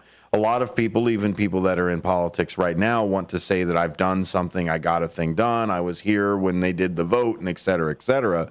But is that what's right for the people? Because if this is still an issue through the next 1 or maybe 2 election cycles, this is something that you are going to want to hear what your representative feels about this before you vote, if they're not going to do this referendum. We've still got to have that pathway for the voters to voice their opinion. But you're saying instead of voicing the opinion with a straight, put our heads down, raise a hand at the desk, you're saying let's vote for our representatives, because those are the people that we put in charge to solve these problems. Right. Exactly right. No more lazy time for the city council. No, and I'm serious. Are you serious? I can't do a public referendum if I've got to put a stoplight or a stop sign at a stop? You mean I can't just shove it off onto the people? Yeah, get back to me on that when you do that. No, but seriously, don't give the city council that type of cover fire. Because no, an emotional. Oh, there. We're losing you, John. Breaking up a little. Well, but what I'm saying is that let them make the recommendation. They make decisions about $285 million every year budget. Yeah, so they can do something with this. Well, we appreciate your words, John. Thanks for jumping into the conversation. All right, take care, Dennis. Thank you, sir. Take care. Informative. Thanks for calling. Bye-bye. That's true. That's what I was saying. Intelligent people call this show. Intelligent people listen. Intelligent people are on this show. That's the thing about this issue, too. It's everybody has a water system, and not everybody has a river, but everybody has to figure out something to do. And it's not a unique problem. It could be related to any community. So and you're getting it from somewhere. You've got to get your water from somewhere, whether it's the sky or the river or the guy next door. You got a hose attached to something. Like wherever you get it, you're getting it. Look at Flint, Michigan. That's what the worst case scenario that could happen when you don't consider your environment and water system and all that stuff. So and there can be no gaps in service. Yes, you don't want gap. You can't have gaps in service. Cannot. You can't. No. There are hospitals and everywhere else that needs it, not to mention just anybody who lives in their home for everything. Are we really going to set up water bottle distribution systems around the city? Right. Yeah. Get it figured out for the better for everyone, for every community. And it's not going to be cookie cutter approach. So that's a big thing about what's happening right now in Elgin. You can't. And I think it should be more of honestly, I think it should be more of a county issue than it is a local municipality. I think the county should turn around and say, no, these are the 3 dams we're keeping and this one's going away, or we're keeping all of them and these are the things we're going to do. I don't think it should have been a petition this close local, to John's point as well. I don't think it should be a bleeding hearts, let's get a knock on doors petition for everything. It should be our representatives represent us. And those representatives need to be fully educated. Yes. On the pros and cons. As they should. And that's why we elect smart people or we elect dumb people and suffer the consequences. That's democracy. Look at where we are. Okay, so don't want to go too much further. We are. But thank you both for coming in today. You're very knowledgeable with what you want to talk about, and your hearts are in this. And that's what we're at. We have to come with good faith on all sides. And if we come with good faith on all sides, we'll have the compromise, or we'll have the solution, rather, that we're all looking for. Thank you so much for this opportunity. Thank you. Where can people find more about you? Well, we are working on getting a consolidated website. Okay. There are so many grassroots efforts that have come up in support of keeping the dams.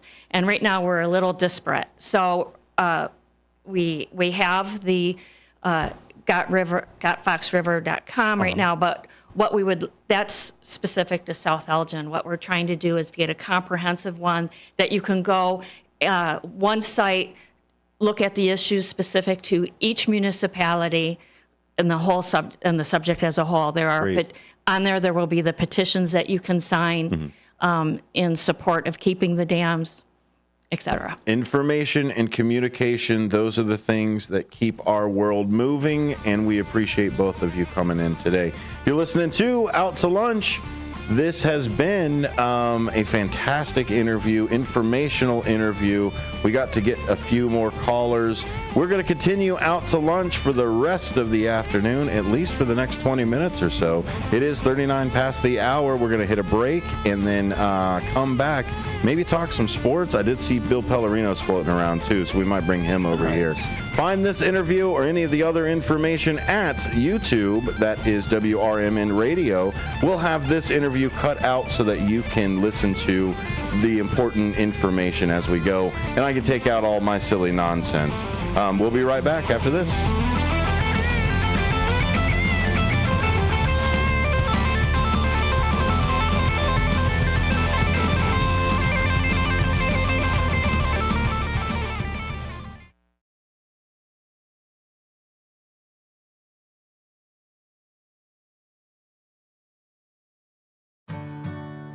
Here at WRMN Radio, we try to connect with the community and discuss important issues, like our current mental health crisis. Here's Lori Baker, President and CEO of AID. I think most people, when they see young children thinking about suicide at the ages of 5 and 6 and 7, I mean, that's shocking to me that children even know that they want to harm themselves somehow.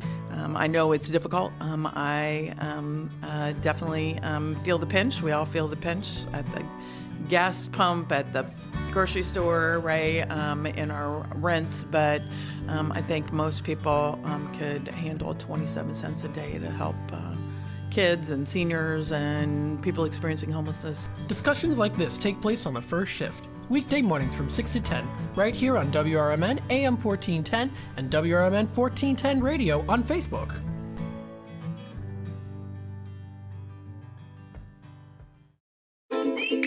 Dine out with family and friends at Nick's Pizza in Elgin or Crystal Lake. Nick serves up award-winning thin crust and Chicago-style pizza. Eat in or carry out. In addition to Nick's fabulous pizza, let Nick's cater your events with pizza, pasta, Italian beef, and other delicious offerings. Their big banquet rooms can accommodate all your event needs. So, for great pizza in a Northwoods, cabin-style atmosphere, bring family and friends to Nick's. Visit nickspizzapub.com.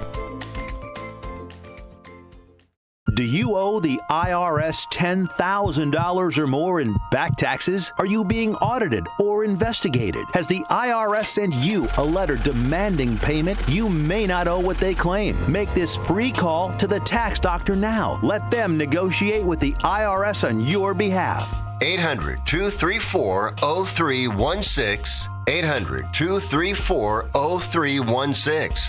That's 800-234-0316. We asked seniors how to prevent Medicare scams. My best advice, if you get a phone call, do not talk to the person. These people are well trained. Don't talk to them. They don't know me. They're just trying to scam me. Don't be fooled. Hang up. Just hang up. Never give out your Medicare number. They're going to get your number to put in a false claim. If I get a call from someone, I don't pick up the phone. And should I pick up the phone and they ask for information, then I hang up. How do you detect Medicare fraud? Just like I check my credit card statements, I check my Medicare statements monthly. Scammers can get a hold of your number, order medical devices through your account, and you're not even going to know about it if you don't look at your statement. Check your statement every month. If you get your statement and you see something that you know you did not have done, you report it. Call your senior Medicare Patrol. To report Medicare fraud, call the Senior Medicare Patrol at 800-699-9043. WRMN has proudly served the Fox River Valley for over 70 years. We're located at 14 Douglas Avenue in downtown Elgin. Right next to Studio 14 is our store known as the Redemption Center. You are always invited to stop by and see us to live large for less. The Redemption Center is the place to pick up your on-air orders, shop for certificates, and grab some brochures to learn about what we have to offer. Our Redemption Center phone number is 847-741-7700.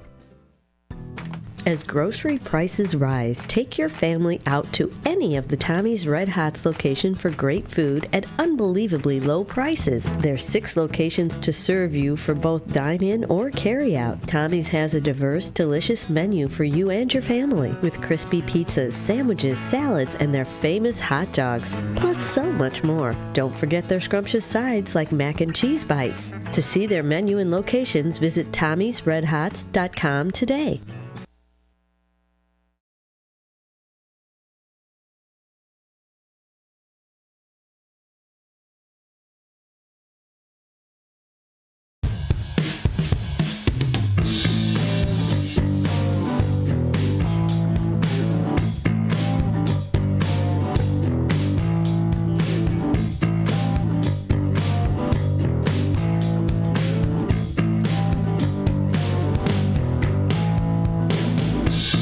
Welcome back to Out to Lunch, WRMN. Great topics, great things to talk about. Amazing show, like always. Maybe not like always. Maybe they're not all amazing, but this one certainly was. You have to say that. Yeah, I do. You know, and that's what I talk about even at the class. I'm like, we all have a bias, and they're like, no, Sonar, you don't have a bias. Like, yes, I do. We're all biased. Yeah, my bias is that I'm not I think I'm not biased. Exactly. That's my bias. Yeah. No. I am absolutely biased. And my number one bias is to be entertaining. Sorry. Just what it is. If I don't entertain you, I don't give you something good to come in here with. Look, I am not a textbook. I am not a non-fictional piece of literature. I am not a science paper. I'll read those things. I'll give you those things, but I am not those things. People like to present themselves sometimes like that, though, don't they? Yeah, I will absolutely present you that I am a biased person. We all are biased people. I'll give it to you all day. And with this, I want to be unbiased. This is a discussion in which, and by this I mean the discussion on the dams. And a lot of it is we have to look at it as a community. Everything is connected. Me as a pantheologist, that's my number one belief, is everything is connected. It doesn't matter. Doesn't matter what it is. I play the billion degrees of Kevin Bacon, and that's what I do, of the world. That's just how the universe is. As a Sant Episcopalian, I can relate. That gets me every time. Sorry. No, I'm actually a Pastafarian now. But you do celebrate the beliefs of Sant Episcopals. Is it Santa got it right, man? It is. You don't have to. That's the golden rule. Santa, omnipresent, omnipotent, omnipotent.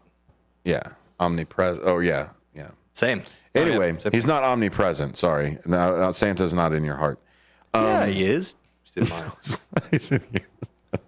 That's where I guess we differ. But either way, this is where we have to have the discussion. We have to. We cannot just sit here and twist each other's arms. Like, we can't just be like, oh, yeah, well, if you don't do this, then we're going to push this. And it was the same thing that we talked about with the deadline as well. And I didn't mean that the deadline of, well, it's their deadline. They can set it however they want to. Of course, it's their deadline. But you don't have to set it up. You don't have to have this fear of missing out if you have nothing that you're... Hello? If you have nothing that you are... I know. I told you right here. Yeah, and you hit on it earlier. What were you talking about? Sorry, I have like a... No. It was just like tingly. Oh, sorry. More tingly than hot. But this is a discussion. This is a back and forth as Yeah, you hit it on the head when you likened it to the defund the police slogan. Mm-hmm. Like, it's kind of like that, where they have that initiative. Dams. Yeah. Save the dams. Pre-people rivers or whatever. Yeah. What was the term? It was pre-people. I believe is the way it was. Yeah, it was pre-people. It was like, It was before people. Something like that. Yeah, is the way it was supposed to. I'll have to watch the tape. Right. I have to wait. I usually watch the show on my way to school. It's good. It's good. You got to do that because, keep that bias at bay. I'll give you one hint. The professionals listen to their own stuff. Yeah. Sorry. I mean, maybe not. Not all of it. I don't listen to everything I do, but I listen to a lot. So anyway, that is that's the side of it. This is a discussion. It is a much deeper, not to add a damn pun into everything. It is much deeper than just a slogan, just a website, just a support this or sign and everything like that. And I think, to John's point, that's really where I think it sits.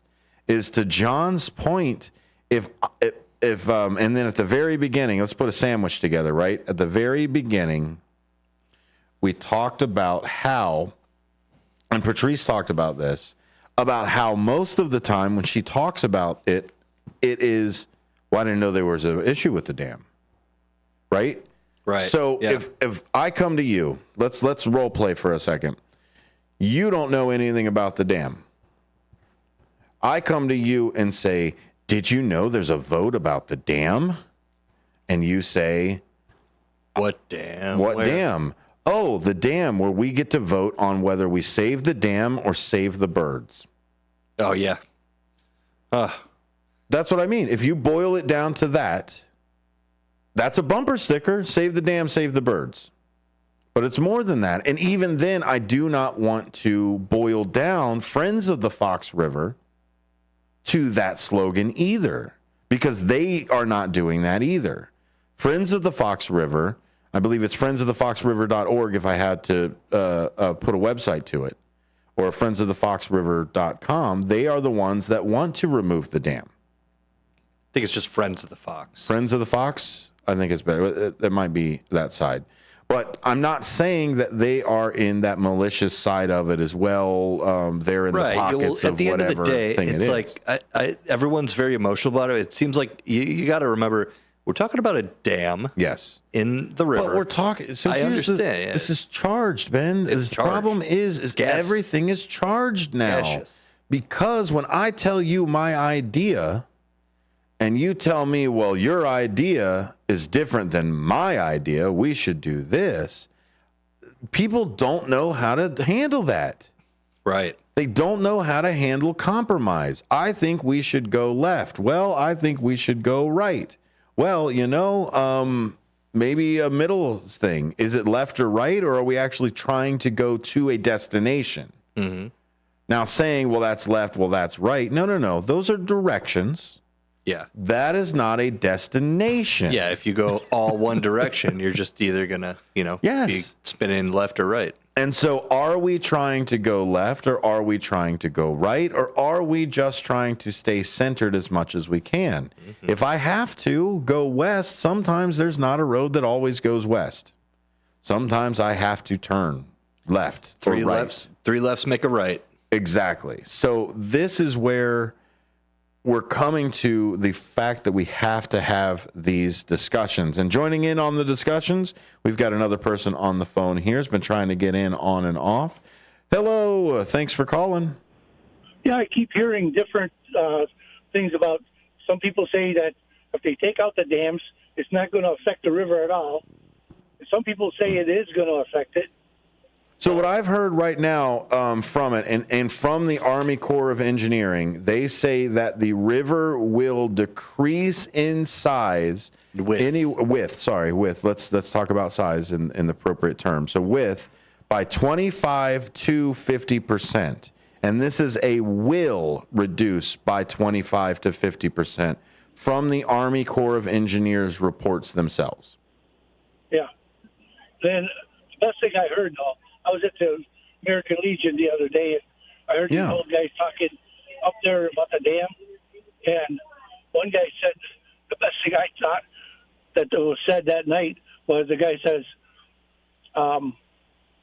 he says, you know what? Those dams were put in by a lot smarter people than the ones that want to take them out. I understand that. I've seen a few stop signs, I believe, that way too. Okay, that's it for me. Thank you, sir. Thanks for calling in, and thanks for listening. No problem.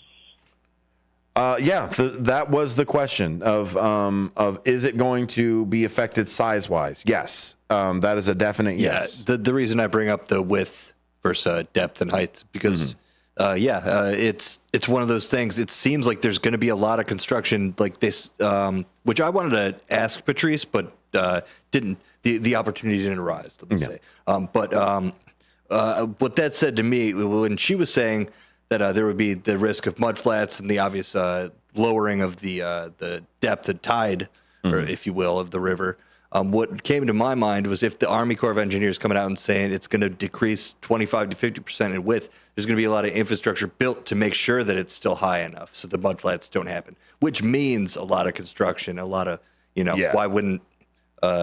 Well, that infrastructure.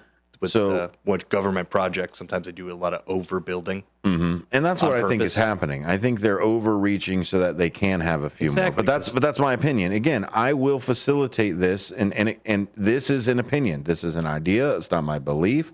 The facts were presented to me, and as I see them from both, because I've talked to friends and the Guardians, I talked to both sides of them, and this is where I see it. But what you're talking about, the structure that you're talking about to preserve the mud flats, not have mud flats.